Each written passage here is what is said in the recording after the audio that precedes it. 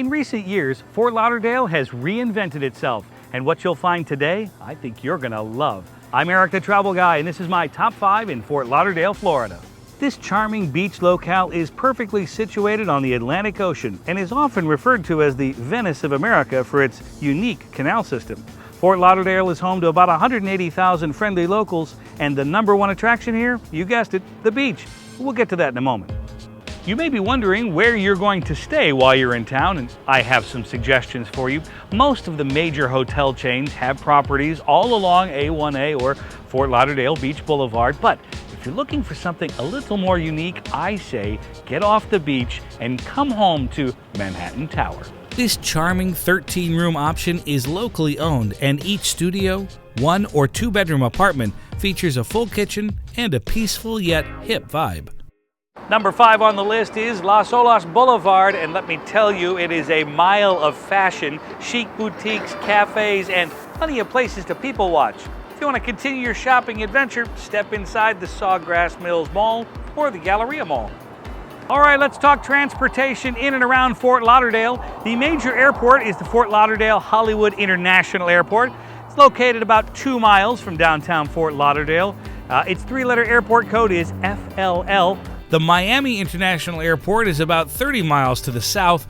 The cruise port is called Port Everglades, and it's just 2 miles from downtown. While you're here, it might be a good idea to rent a car if you're planning on exploring outside the Central Beach area. You can always bike, take a water taxi, or put on your walking shoes. Number 4 on the list, eating like a local. There are hundreds of restaurants to choose from. I suggest a meal at Coconuts. You can crack your own with a mallet at the Rustic Inn Crab House. Executive Chef Steve Corey is making land and sea masterpieces at G&B Oyster Bar, including smoked alligator ribs and a beer made from oysters. And speaking of ribs, have dinner at Red Cow Barbecue. You'll be glad you did. Number 3 on my list of 5 is most definitely the Bonnet House. My suggestion, take the guided tour. It takes about 1 hour and 15 minutes for a nominal fee, and you will learn a ton about the area. Sorry.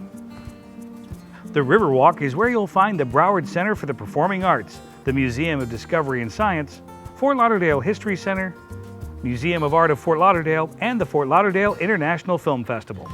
No Fort Lauderdale vacation is complete without an airboat tour of the Everglades. I think we've got some B-roll here. Oh, that's some nice B-roll. Look at that. Spend at least 3 hours on my number 2 on my list, winding through the River of Grass. You'll see local flora and fauna, and yes, you will have an awesome time doing so.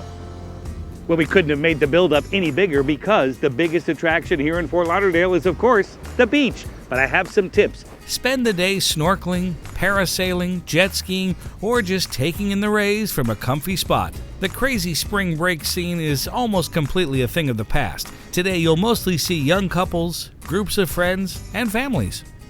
See, I told you, Fort Lauderdale is a vibrant, fun-loving beach community that is ready to welcome you on your next vacation. I'm Erik the Travel Guy. That's what I got.